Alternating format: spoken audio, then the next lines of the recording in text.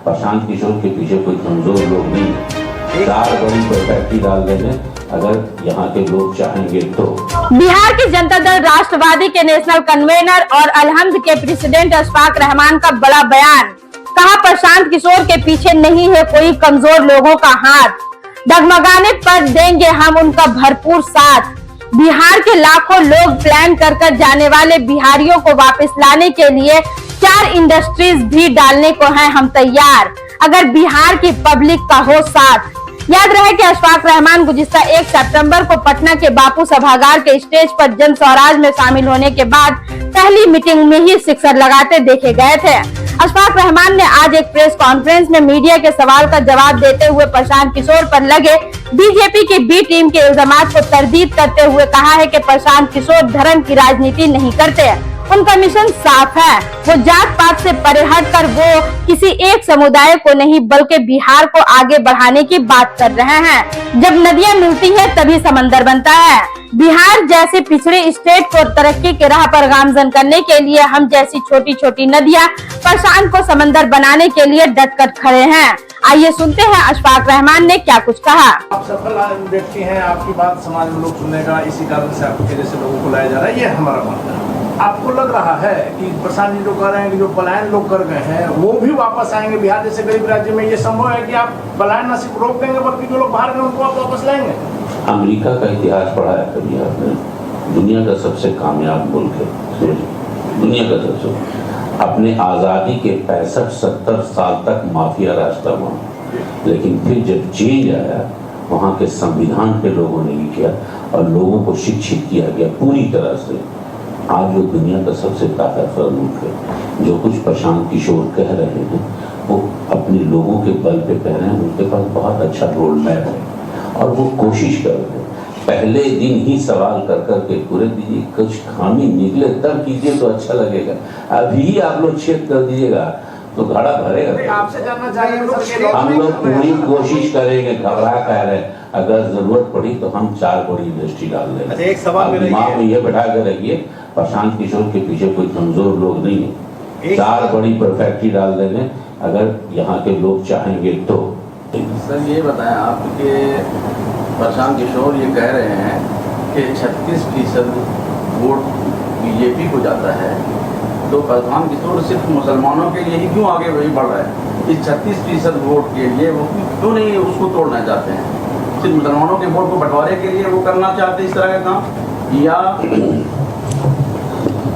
आप बोलिए पूछिए। या वो बीजेपी के जो, क्योंकि वो भी पंडित दास से आते हैं, तो पंडित के वोट को वो क्यों नहीं कन्वर्ट करा रहे हैं जो सिर्फ मुसलमानों की तरफ आ रहे हैं?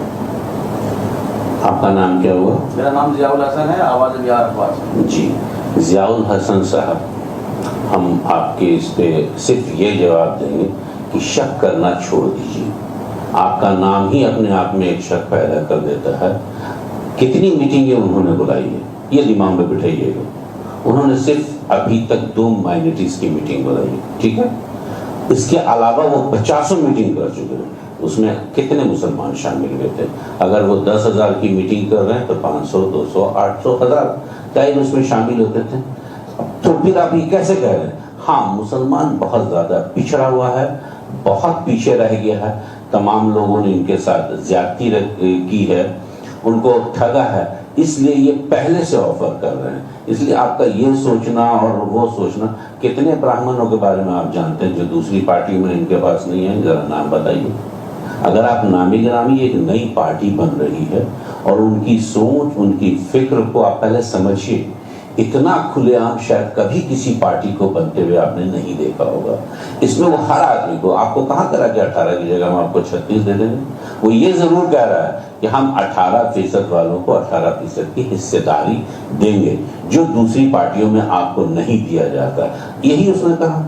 तो ये इससे पहले तो 80-82% जो भी है वो बाकी लोगों को तो जोड़ ही रहे हैं। और जहाँ जहाँ भी जा रहे हैं तो क्या ह्यूमैनिटीज़ की सभा थोड़ी कर रहे हैं। हाँ, हम मुसलमान हैं तो आप इस ऐसे से हमसे पूछिए, हम अपने इसी हक की बात करें। हम इन तो मैटी पॉलिटिक्स नहीं करते हैं, हम इन जनरल पॉलिटिक्स करते हैं। तो आप लोगों का ये सवाल अपने आप में जो है ना खुद आपको मशकूक करता है। पहली चीज़ ये, आप अपने अंदर वो हौसला रखिए कि जो आपके कौम के लोग यहाँ आए हैं वो बड़े बासलाहियत और बड़े समझदार हैं। ये बिकाऊ नहीं है, ये बड़े टिकाऊ भी हैं और बहुत मुस्तहकम हैं। तो अगर हम यहाँ पे हैं तो हम आपको इसका जवाब यही देंगे कि 80% से ज़्यादा वो अपने लोगों में जा रहे हैं। 36% अगर भाजपा का है वो, मान लीजिए वो उनका कैडर वोट है, तो बहुत अच्छे से गिना रहे हैं। आप तो देखिए उनसे कि कितने अच्छे से गिना रहे हैं इनके साथ। बाकी तो जो सारे लोग हैं इनके साथ आ रहे हैं ना, कई पार्टियां आपको अगले साल नजर आएंगी, खत्म हो गई। नाम लेना मेरे लिए मुनासिब नहीं, प्रशांत जी से पूछ लीजिएगा। अशफाक साहब, मेरा एक सवाल है आपसे। जी। कल हमारी आरजेडी के प्रमुख प्रवक्ता शक्ति यादव से बात हुई और जी। उन्होंने कहा, हमने प्रशांत किशोर के बारे में पूछा तो उन्होंने कहा कि प्रशांत पांडे भाजपा की बी टीम है और उनका मुख्य टारगेट है कि किसी भी तरीके से धर्मनिरपेक्ष दलों को टारगेट करना, अल्पसंख्यकों को वोट को काटना। आप पूरी तरीके से भाजपा की बी टीम है, आपकी सारी की सारी फंडिंग भाजपा के द्वारा किया जा रहा है। देखिए, उनका अपना ये है, एक साल थोड़ा सा इंतजार कर लीजिए, वजूद में रहेंगे कि नहीं ये तो हम नहीं जानते। आप हमारे हौसलों को नहीं जानते, हम इतना ही कहेंगे। उनका अपना काम है। उन्होंने क्या किया, जो किया वो जवाब प्रशांत किशोर हमेशा मीटिंग में दे चुके हैं। हम उनकी बात का जवाब देना मुनासिब नहीं समझते। उनका काम है, कहते रहने दीजिए। वो तो यही कर कर करके सबको डराते रहेंगे। पहले बात समझ लीजिए, हिंदुस्तान में दो लोगों का बड़ा अच्छा राज रहा है। एक लंबे जमाने तक कांग्रेस का, उन्होंने मुसलमानों का जो वोट लिया, पर्टिकुलर मुसलमान पे, तो उन्होंने जनसंघ और आरएसएस, जनसंघ जो बाद में आरएसएस और अब भाजपा का डर दिखाया। आरजेडी वाले भी यही करते रहे और ये जो है बीजेपी वाले मुसलमानों का डर दिखा रहे हैं। ये डर दिखा रहे हैं। प्रशांत किशोर आपको गांधीवादी रास्ता दिखा रहे हैं, समझ में आए। इसलिए आप दिमाग में बिठा के रखिए कि सर इनका जो सवाल है या बात है वो आवाम के बीच तक जा रही है।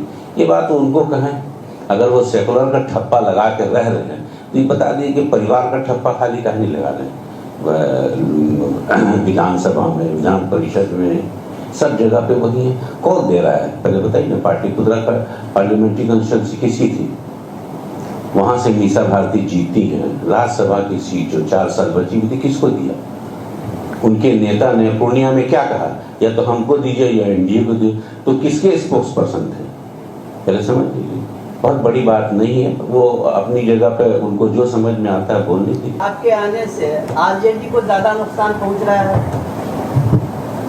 कई चीज इस पे हम, ये तो वो लोग जाने जिनको नफा नुकसान देखना, हम तो सिर्फ अपनी कामयाबी की तरफ देखते हैं। हम तो माइनॉरिटी तो जा रहा है, अगर मान लिया आपके तो ज्यादा से ज्यादा चले जाएंगे तो आरजेडी को ही ज्यादा, और आप तो अगेंस्ट सिर्फ आरजेडी के ही बोल रहे हैं, बाकी तो किसी के बोल नहीं। 243 सीट पे खड़ा होने वाली पार्टी सभी पार्टियों की मुखालफत कर रही है, जो बिहार में रहते हुए बिहार का विरोध कर रही, यहाँ से सब कुछ कर दी और यहाँ के लड़कों को बाहर भेज दी। उनके पूरे पूरे प्लान को आप पहले समझ लीजिए, समझ लेना। हमको क्या फायदा है कि साहब वो पार्टी खत्म हो जाए, बन जाए। हम अपने को बनाने में लगे हुए, चूंकि हम बिहार हैं, हम बिहारियों को बनाने की कोशिश कर रही है, तो इतना कर रहे हैं। अशफाक भाई, आपकी भी एक पार्टी है राष्ट्रवादी कांग्रेस जनता दल, क्या उस पार्टी का इसमें इंतजाम करेंगे या खुद आप शामिल होंगे? हम तो पूरी टीम के साथ आ गए, खत्म हो गए। बहुत सारी पार्टियां बनती पार्टी मर्ज करेंगे या किस तरह हैं, मर्ज नहीं होती है पार्टी। पहले आप लॉ को समझिए ना। इलेक्शन कमीशन से कोई चीज जो रजिस्टर्ड होती है वो मर्ज नहीं होती। पूरी टीम यहाँ हो गई। आप देख नहीं रहे हैं साहब, बीजेपी कैसे आपकी खरीदती है? आप लोग के मदद से एक एक पार्टी का 12 MP है, 12 में 8 ले लिया तो चले आए, सब इधर हो गए, खत्म हुई बात। तो इससे ज्यादा इस पे क्या सर, पूछें? एक सवाल उठता है, पिछले 34 साल से करीब लालू जी का 15 साल, नीतीश जी का लगातार अल्पसंख्यक समुदाय जो है वो बीजेपी के विरुद्ध में रहा है। प्रशांत किशोर घूम रहे हैं, PR का काम करते थे, कैसे विश्वास किया जाएगा कि मुसलमानों को वोट मिलेंगे?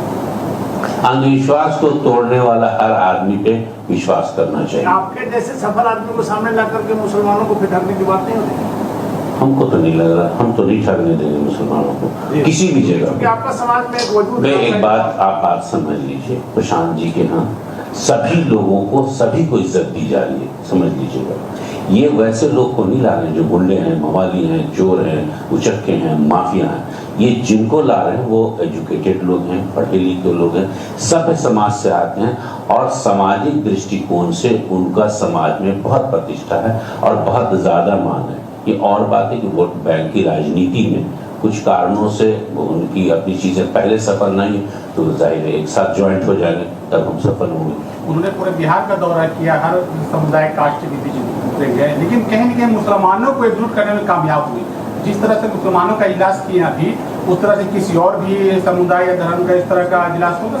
एक बात समझिए, आपके दिमाग में जो बात आ रही है उसको दिमाग में बैठा लीजिए।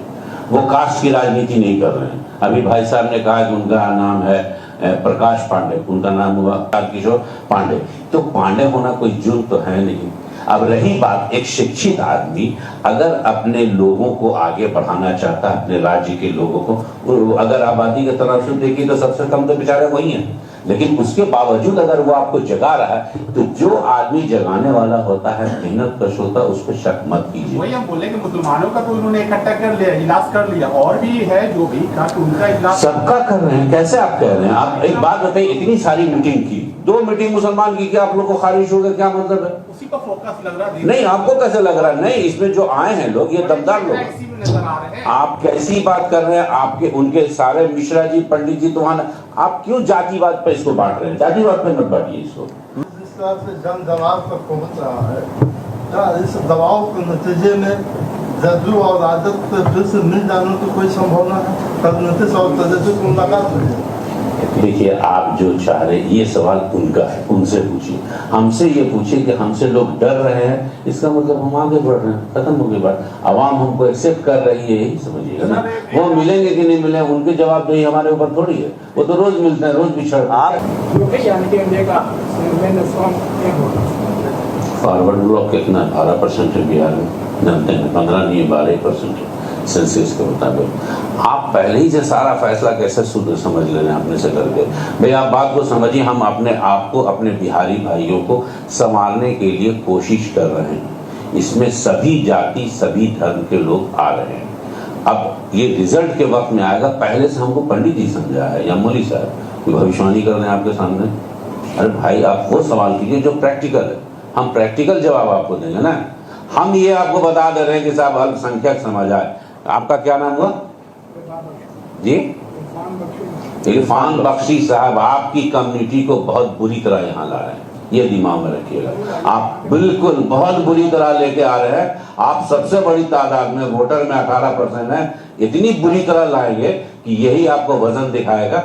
जब 40 ही 42 हो, जो कह रहे हैं प्रशांत किशोर, हम भी यहाँ पे आ गए, इनके लिए एड़ी चोटी एक लगा के हम लोग एक करेंगे। क्या कारण है कि आपने जनसुराज की? आप इस बात को तो हमने उसी दिन कहा, मेरी आइडियोलॉजी वो सारी वही है जो प्रशांत किशोर जी आज लॉन्च कर रहे हैं।